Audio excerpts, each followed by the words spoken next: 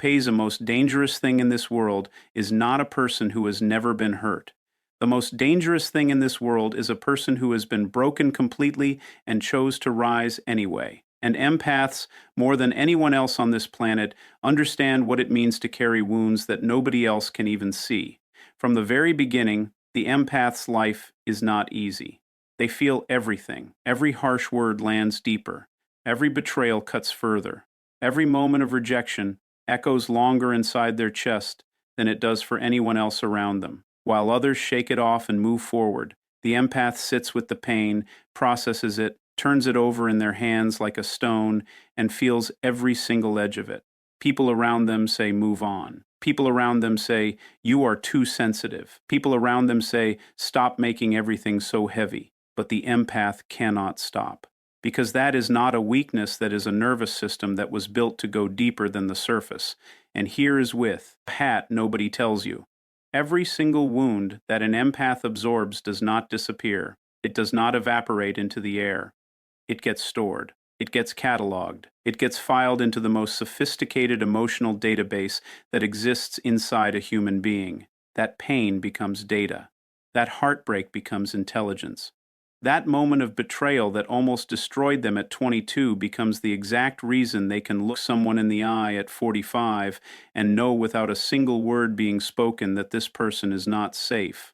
This is not bitterness. Do not confuse the two. Bitterness closes the heart. What happens to the empath who survives their wounds is something entirely different. Their heart stays open, but now it has wisdom guarding the door. They have paid for that wisdom with real suffering, real tears, real nights where they questioned everything about themselves. And that price, that enormous, heavy, personal price, is exactly what makes the knowledge unshakable. You cannot buy this kind of awareness. You cannot read it in a book. You can only earn it by living through the fire and refusing to let the fire define you. There is a version of the empath that most people only ever see: the one who is overwhelmed, the one who walks into a room full of people and within minutes feels like the walls are closing in, the one who comes home completely drained after a simple conversation that barely lasted an hour. The world looks at that version and calls it weakness. The world looks at that version and says this person cannot handle reality. But what the world does not understand is that this is not weakness. This is a nervous system operating at a frequency that most human beings will never even come close to accessing. When an empath is young, their sensitivity has no structure around it. It is raw. It is wide open. Every emotion in the room enters them without permission.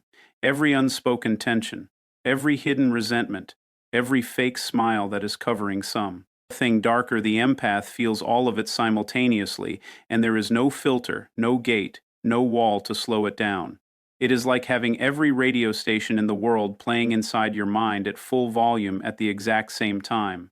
Of course it is overwhelming. Of course it feels like too much, because it is too much for a system that has not yet learned how to work with what it has been given. But the human nervous system is not static. It learns. It adapts. It reorganizes itself based on experience, based on exposure, based on the patterns it encounters again and again over time. And for the empath, this reorganization is nothing short of extraordinary. Every overwhelming experience they survive teaches their nervous system something critical. Every moment they felt too much and still kept functioning adds another layer of calibration to their internal system. Slowly, without them even realizing it is happening, the sensitivity does not go away, it gets refined. It becomes precise. It becomes selective in the most powerful way imaginable. What was once a flood becomes a current they can navigate. What was once noise becomes signal. What was once a source of suffering becomes the most accurate human detection system that exists on this earth. The same nervous system that made them feel broken at 20 becomes the exact instrument that makes them absolutely unreadable and untouchable at 40. There is something that happens to an empath after they have been crossed one too many times. After they have given everything and watched it get taken for granted. After they have opened their heart completely and had someone walk through it like it was nothing more than a corridor on the way to something else. After they have said yes when every single part of their body was screaming no because they did not want to disappoint, because they did not want to seem difficult, because somewhere deep inside they still believed that if they just gave a little more, loved a lie, tittle harder, stayed a little longer, things would change. And then one day, they do not break. They do not collapse. Something shifts instead. Something inside them becomes absolutely, permanently, irreversibly done. That moment is not anger. That moment is not resentment. That moment is the birth of a boundary that was forged in the kind of heat that most people will never experience in their entire lifetime. And a boundary that is built from that depth of personal experience is not a rule written in a self-help book. It is not something they read about on a weekend and decided to try. It is structural. It is architectural. It is built into the foundation of who they are at the cellular level because it cost them something real to build it. It cost them relationships. It cost them sleep. It cost them years of their life spent in situations that slowly drained everything they had. Young empaths have boundaries in theory. They know they should protect themselves. They have heard the West, frets.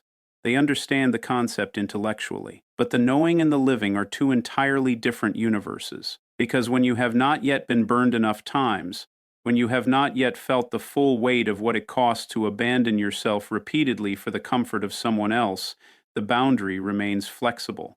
It bends. It negotiates. It makes exceptions for people who do not deserve exceptions. It whispers maybe this time will be different when all the evidence is pointing in the opposite direction. But the empath who has lived through enough cycles of giving and being emptied, who has watched the same pattern repeat itself wearing different faces and different names, who has finally connected the dots between their own self-abandonment and the pain that always followed that empath does not negotiate anymore. Their boundary does not bend. It does not apologize for existing. It does not shrink itself to make someone else comfortable. It stands exactly where it stands. P.S. Because every inch of it was paid for with lived experience that cannot be argued with, cannot be manipulated around, and cannot be moved by charm or pressure or guilt. Most people go through their entire lives reading the surface of other human beings. They hear the words being spoken, and they take those words at face value. They see the smile, and they believe the smile. They listen to the explanation, and they accept the explanation because there is no obvious reason not to. This is how the majority of people navigate the world through the information that is consciously and deliberately presented to them. And for most situations, this works well enough. But there is a category of human experience that lives entirely beneath that surface. There is a layer of reality that words were specifically chosen to hide, that smiles were carefully constructed to cover, that explanations were deliberately crafted to redirect attention away from. And the average person walks right past that LA. Your every single day without ever knowing it existed. The empath does not walk past it. The empath has never been able to walk past it. From the very beginning of their life, they were picking up on things that nobody around them was talking about.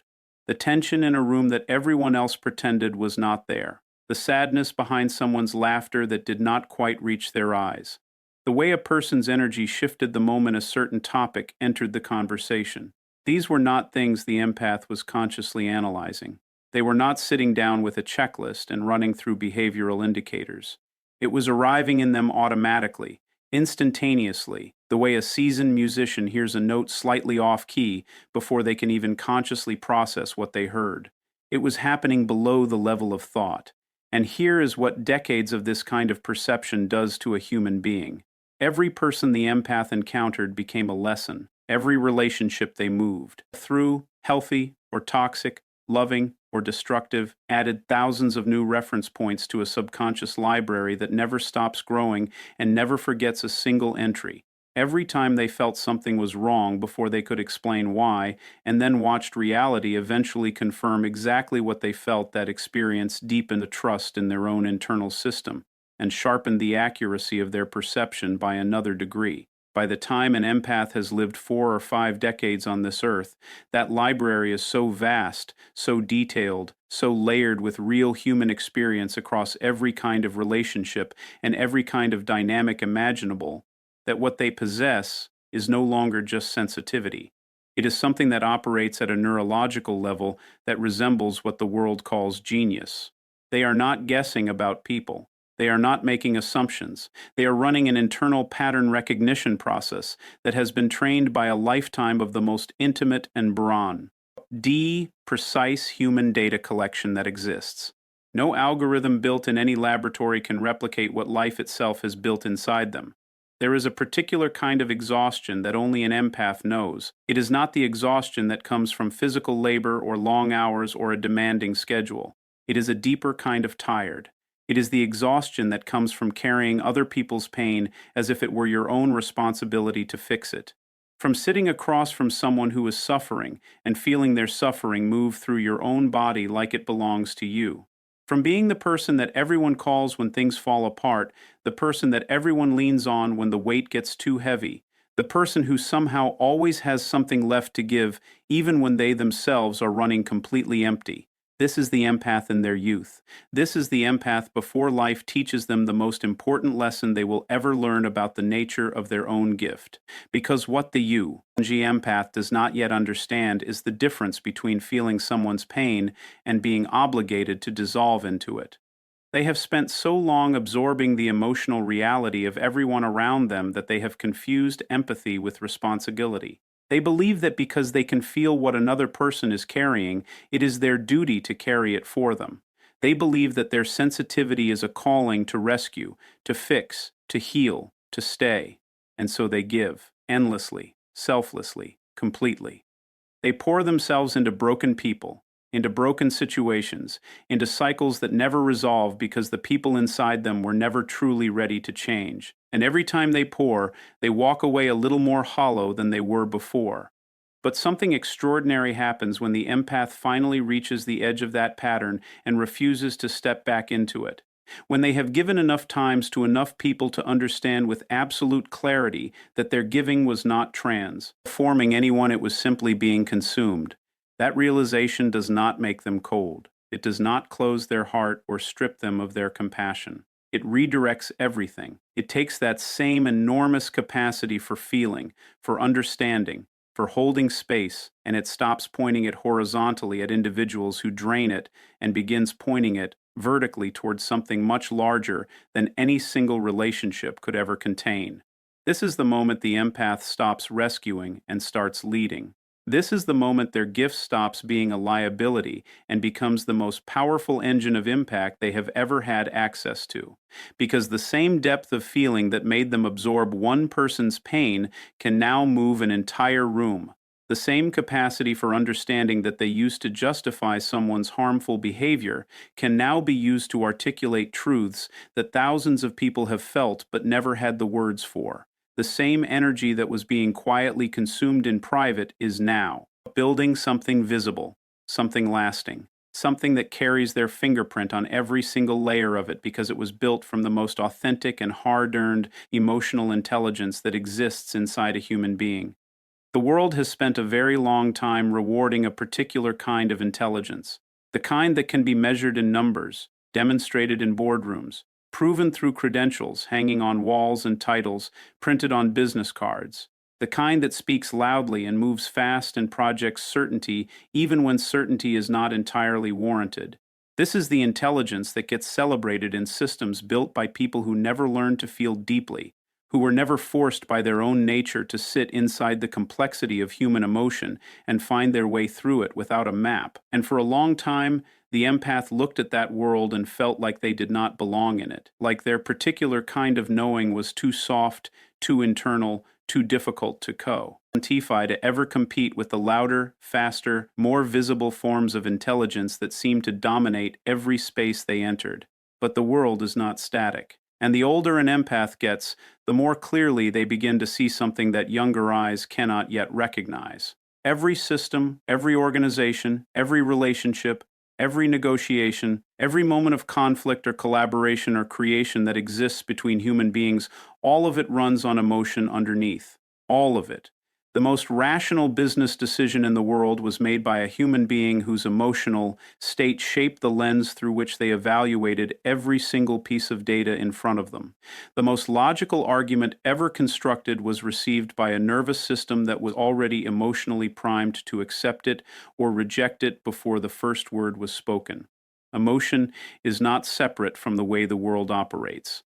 Emotion is the invisible architecture that the entire human world is built upon, and the empath. Fur, He who has spent decades developing their relationship with that invisible architecture does not just understand this intellectually, they feel it in real time. They walk into a negotiation, and they already know where the resistance lives before anyone has spoken a word of disagreement. They stand in front of an audience, and they feel exactly where the energy in the room is contracting and where it is opening, and they adjust in ways that no technique or training could ever fully teach. They sit across from a person in crisis, and they do not just hear what is being said, they feel what is being withheld, what is being protected, what that person needs to hear in order for something real to shift inside them. This is not a soft skill. This is not a secondary advantage that helps around the edges of real ability. This is the most sophisticated form of human intelligence that exists, and it cannot be downloaded, cannot be fast-tracked, cannot be performed by someone who is not genuinely mived inside their own emotional depth long enough to understand it completely.